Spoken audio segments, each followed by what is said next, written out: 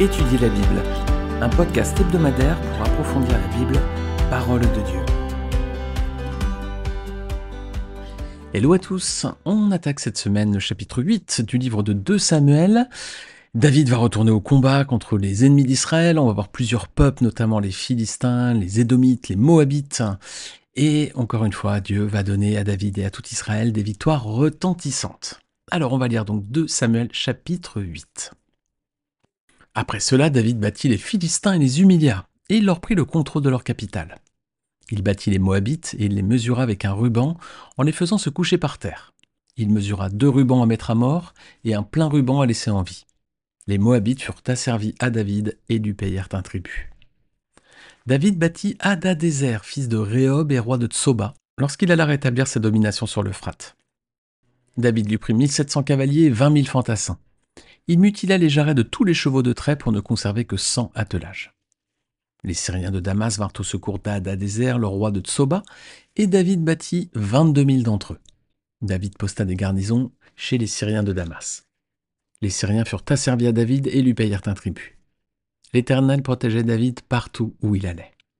David prit les boucliers en or que portaient les serviteurs d'Hadadézer et les amena à Jérusalem. Le roi David prit encore une grande quantité de bronze à Bétac et à Bérotaï, ville qui appartenait à Hadadézer. Toi, le roi de Hamath, apprit que David avait battu toute l'armée d'Hadadézer. Et il envoya son fils Joram vers le roi David pour le saluer et pour le féliciter d'avoir attaqué Hadadézer et de l'avoir battu. En effet, Toi était en guerre contre Hadadézer.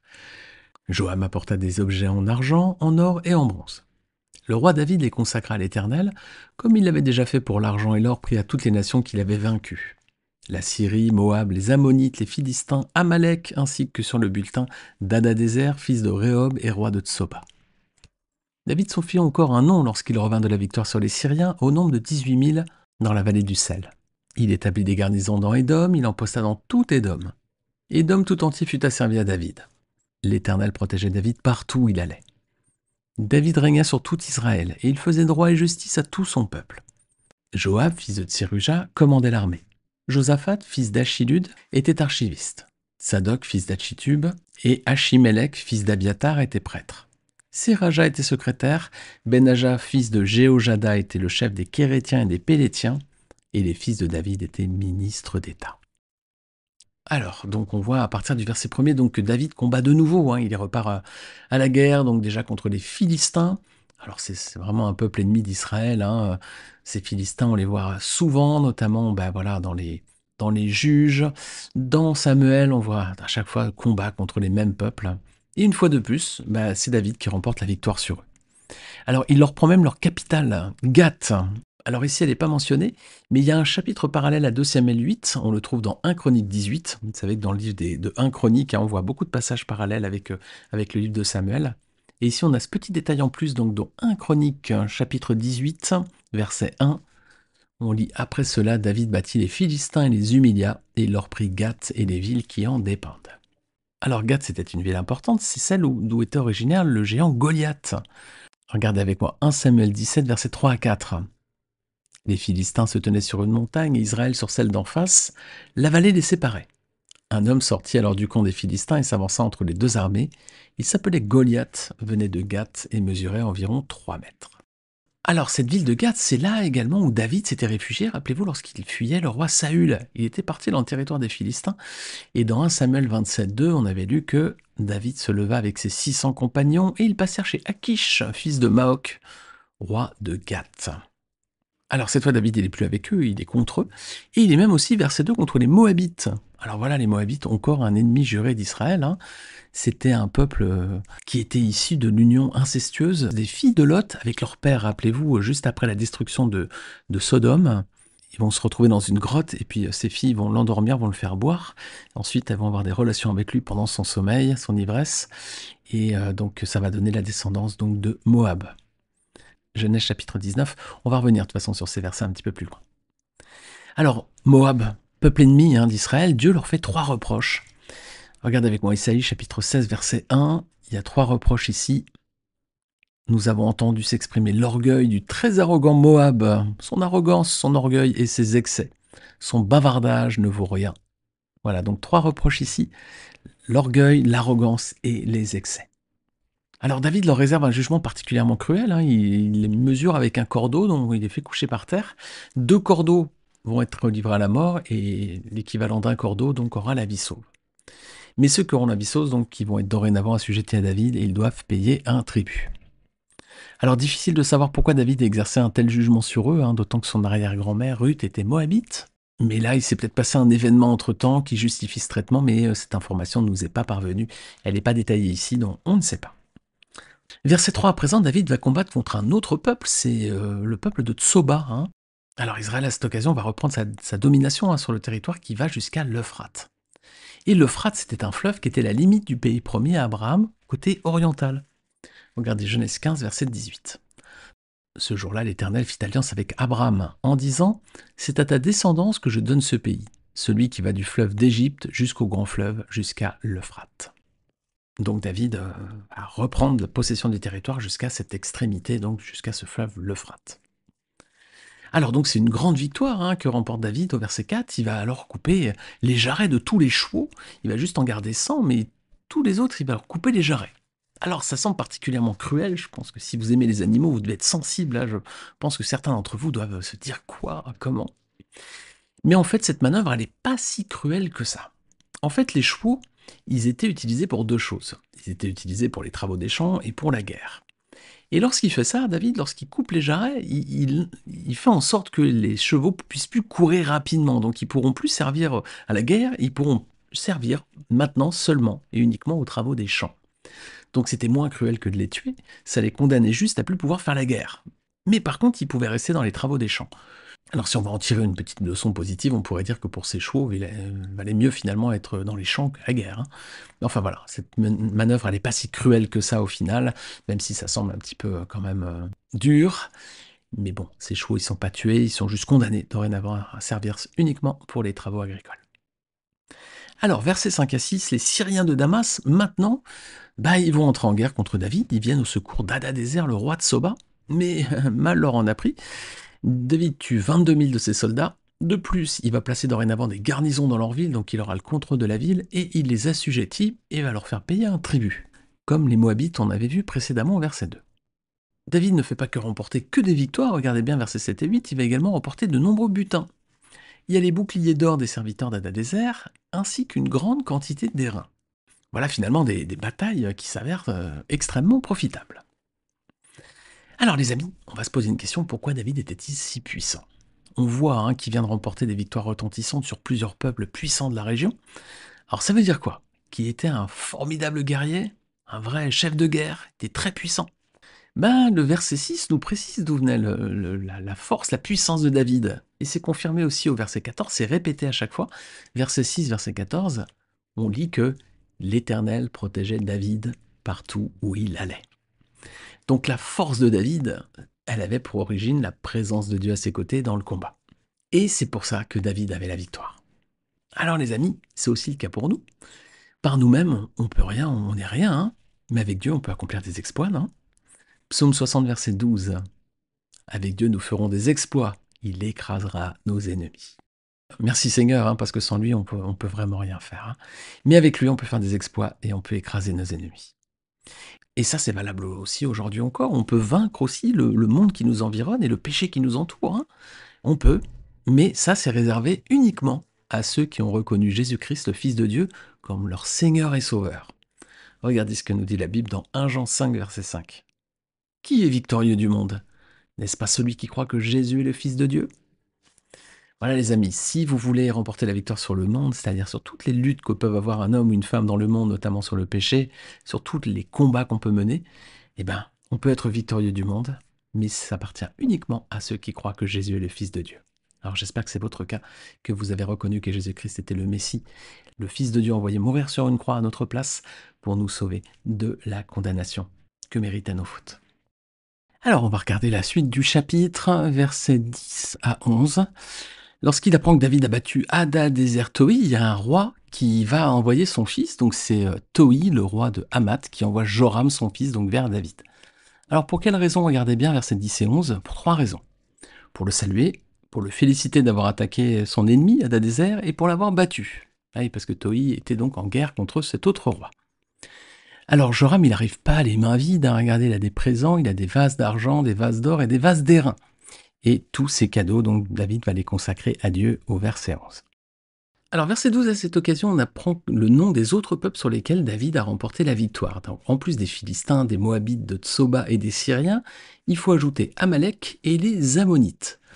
Alors les Ammonites, c'était l'autre peuple issu de l'union incestueuse entre les filles de Lot avec leur père. Regardez avec moi Genèse 19, versets 36 à 38. Les deux filles de Lot tombèrent enceintes de leur père. L'aînée mit au monde un fils qu'elle appela Moab. C'est l'ancêtre des Moabites jusqu'à aujourd'hui. La plus jeune mit aussi un fils au monde et elle l'appela Ben-Ami. C'est l'ancêtre des Ammonites jusqu'à aujourd'hui. Voilà, donc David a été se battre contre ces deux peuples-là. Mais c'est pas fini. Verset 13, David a aussi battu les Édomites. Voilà, 18 000 en tout. Il va ensuite mettre des garnisons dans Édom, assujettir le peuple comme les Syriens de Damas. Alors Édom aussi c'est intéressant parce que c'était un autre peuple ennemi d'Israël de longue date. Pourtant c'était un peuple cousin, hein. Il était issu, ce peuple d'Édom, en fait c'était la descendance d'Ésaü. Ésaü était le frère de Jacob et tous les deux, Ésaü et Jacob, étaient donc les enfants de Isaac. On voit ceci dans Genèse 36, verset 1, que voici la ligne d'Ésaü, c'est-à-dire Édom. Voilà, donc Abraham a deux enfants, Ismaël avec la servante Agar et Isaac avec sa femme Sarah. Ensuite, Isaac va avoir deux enfants, donc Ésaü et Jacob, et Ésaü donc va donner la race des Édomites, alors que Jacob va rester la lignée d'Israël. Alors pourquoi Ésaü se sépare de la branche d'Israël? Finalement, c'est parce qu'ensuite il a pris des femmes étrangères. Et oui, il s'était marié avec des Cananéennes. Et il s'était aussi marié avec une des filles d'Ismaël. Donc il avait pris une des filles de son oncle Ismaël. Donc pour rappel, Abraham a deux enfants, Ismaël avec la servante Agar, Isaac avec sa femme Sarah. Ensuite, Isaac a Jacob et Ésaü. Donc Jacob, c'est la limite d'Israël. Ésaü, ça va donner les Édomites, parce qu'il se marie donc avec des femmes cananéennes, et donc avec une des filles d'Ismaël, qui est la descendance du fils que Abraham avait eu avec Agar. C'était en quelque sorte donc des cousins là encore. Regardez avec moi. Genèse 36, versets 2 à 3. Ésaü avait épousé des femmes cananéennes, Ada, fille d'Élon le Hittite, et Oholibama, fille d'Anna et petite-fille de Tsibéon le Hévien, ainsi que Basmat, fille d'Ismaël et sœur de Nébajot. Donc ici on a la lignée d'Israël qui se sépare. D'un côté on a Jacob, donc qui va suivre la bénédiction qui a été faite à Abraham et à Isaac ensuite. Et puis on a donc Ésaü qui devient Édom. Alors Édom, ensuite, ça va être un ennemi d'Israël, notamment lorsqu'ils vont sortir d'Égypte, ils vont aller vers la terre promise, et le roi d'Édom va notamment refuser de les laisser passer sur son territoire. Regardez, on peut lire Nombre 20, versets 14 à 21.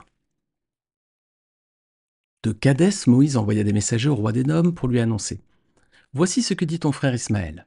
Tu sais toutes les souffrances que nous avons éprouvées. Nos ancêtres sont descendus en Égypte et nous y avons habité longtemps. Mais les Égyptiens nous ont maltraités, nos ancêtres et nous.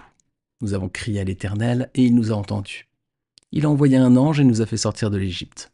Nous nous trouvons à Kadès, ville située à l'extrémité de ton territoire. Laisse-nous passer par ton pays. Nous ne traverserons ni les champs ni les vignes et nous ne boirons pas l'eau des puits.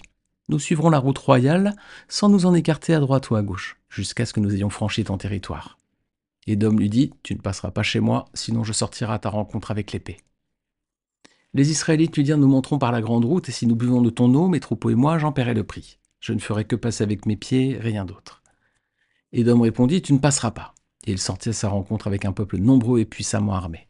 Ainsi Édom refusa d'accorder à Israël l'autorisation de passer par son territoire, et Israël fit un détour. Alors, vous voyez, l'attitude d'Édom avec son frère Israël est détestable, hein. Lorsqu'ils ont eu besoin, lorsqu'ils ont été dans les souffrances, Édom leur a fermé tout simplement la porte.